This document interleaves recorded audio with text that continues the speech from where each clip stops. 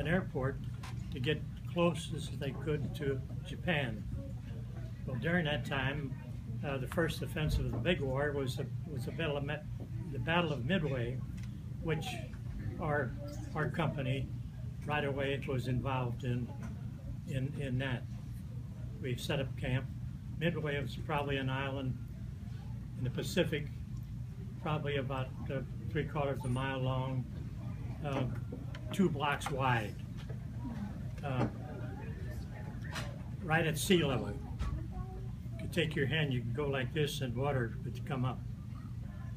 The only thing that kept it from being open with water was the coral reef around it for miles. Any ship came in, they'd have to let you off and take you in on landing craft. Fortunately, we were bombed in Midway, and what Navy we had left from Pearl Harbor came from the States, and then fought Battle of Midway, which the Japanese lost their ships. So our next thing that we had to do, then they put us on a troop ship, and if I remember correctly, from Hawaii to we had to go back to Hawaii and to the Solomon Islands, which was an area owned by the British, a big island. What the Americans were trying to do is get airports as close as they could to Japan, so they could bomb them. Well, we couldn't get into places like where we were to get into Philippines. Nobody wanted us on account of, they knew then if we set up airports, they'd be bombed. So we had to go on the outlines and get in areas where we could build it. So closest thing to Japan then was Solomon Islands, which was Guadalcanal, and that was our destination at that time. We stayed there. The Japs controlled, at that time, controlled that, but we were able to get rid of them, and we stayed there. The engineering people came in, built the airport, and naturally, while we were there, I was on anti-aircraft guns, newly built 90 millimeter aircraft guns that could go 20,000 feet, big guns. And of course our job was to set up, and which we did, and weekly we'd have to turn those guns on. I was number 2 gunner at the time, and we finally got the airport built, and most of us being there for almost a year off and on, became pretty sick. A lot of us had malaria, which I got malaria, other problems, bacteria, and and it got to a point where we're there, and you were in combat a couple of years. That was it. They wanted to put you in something easy then. But since quite of us got hurt, we were in a hospital. Shipped us off to recuperate in New Zealand. Australia was closer, but we went in New Zealand, which was beautiful, and we stayed there for a certain length of time, recuperating. When we were better, they put us on a troop ship not a troop ship, but a regular seagoing like one of the big ships, then sent us back to America. While we got to America, all of the Marines that were not too healthy, we were in a hospital in San Diego, and we stayed there for quite some time. I remember distinctly some of my buddies. We didn't have anything to do. We just sitting around in a hospital. One day, this big burly major came by, and we were all sitting on the floor. A couple of them in a wheelchair, a couple of them with crutches. And he looked at us and he said, "What are you Marines doing?" And we said, "We're just passing time. We're in a hospital here." And I said, I'm feeling pretty good. I'm ambulatory. I need a job." So he said, "What can you do?" And I said, "Well, I don't know what your position is as far as giving up jobs." He said, "Well, we have a paymaster department, and which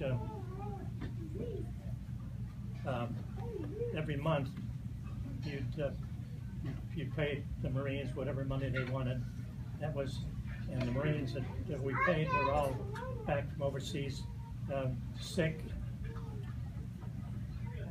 They had converted, and Dean knows this, Balboa Park, which is probably one of the biggest in the country, into hospital beds, lion cages and things like that. Put beds in there for the Marines. Well, I finally got this job in the accounting, in the bookkeeping department as a paymaster. And my job, of course, was to go with the major with cash and give it to the Marines, anything they wanted.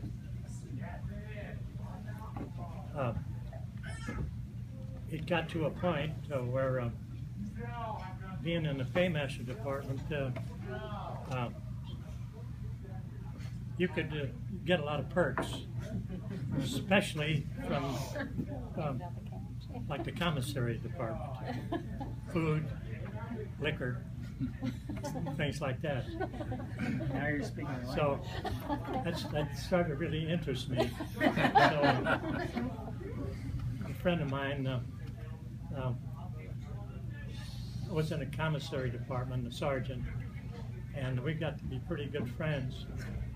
And he'd come in he was a big spender, so he'd come in and want us money during the week, during the month, rather than the time.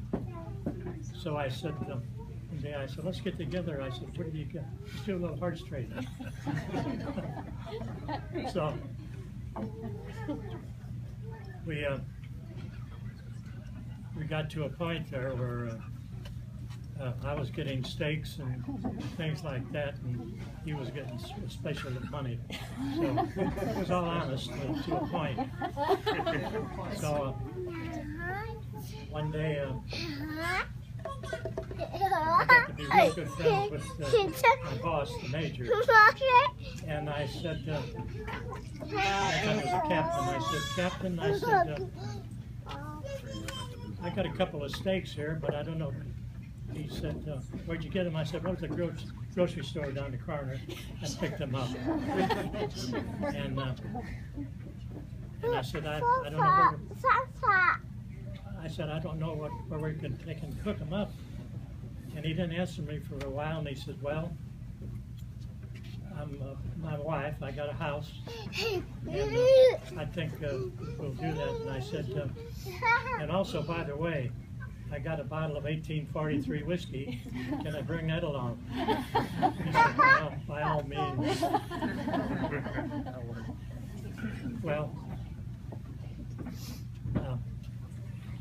he was my commanding officer, but we became pretty good buddies. after I left the Marine Corps, after 4 years, he came to visit us in Marcella can tell you about him. Stayed with us one night. I don't know if you remember Captain Murphy. They took away, he made him a captain. But, he stayed with us, and then he said, where is Brunson, Missouri? He was talking about Branson. Where's Brunson? Well, I told him where it was. And, so then I've got to backtrack now to when I left the Marine Corps, and my brother had retired in Springfield, Missouri. So about a year previous to that, he called me and he said, we met a beautiful little girl, and she's a nurse, and she was taking her training in St. Louis.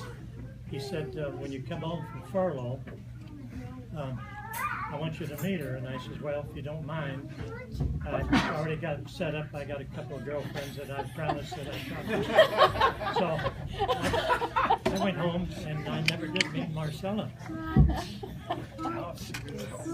And then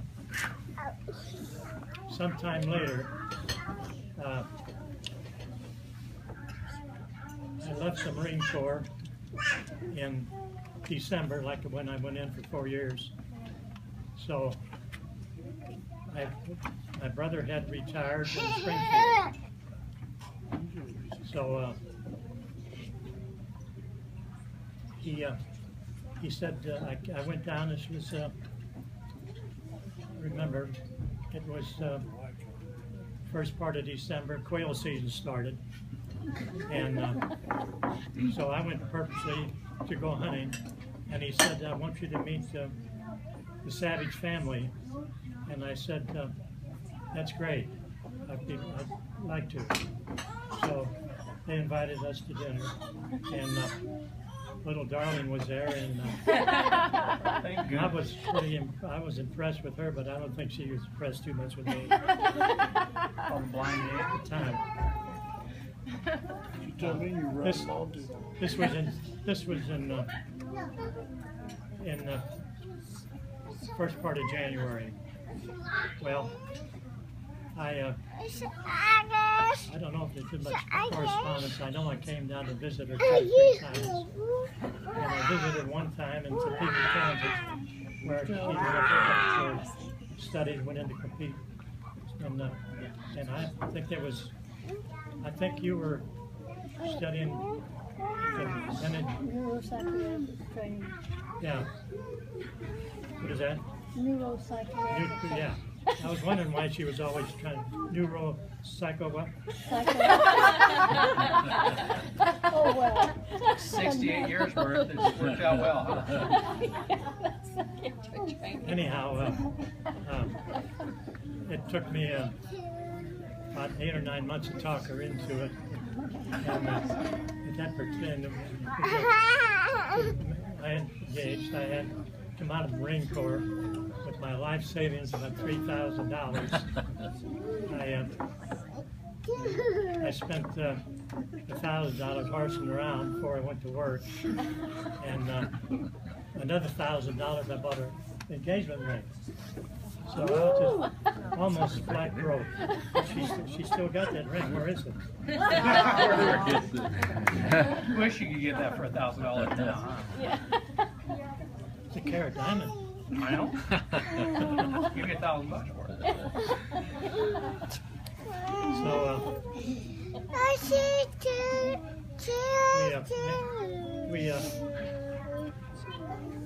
said to her after we were engaged, I said, where do you want to get married? And she said, well, I don't care. She went she was a Methodist, went to the Methodist church, and of course I was a Catholic.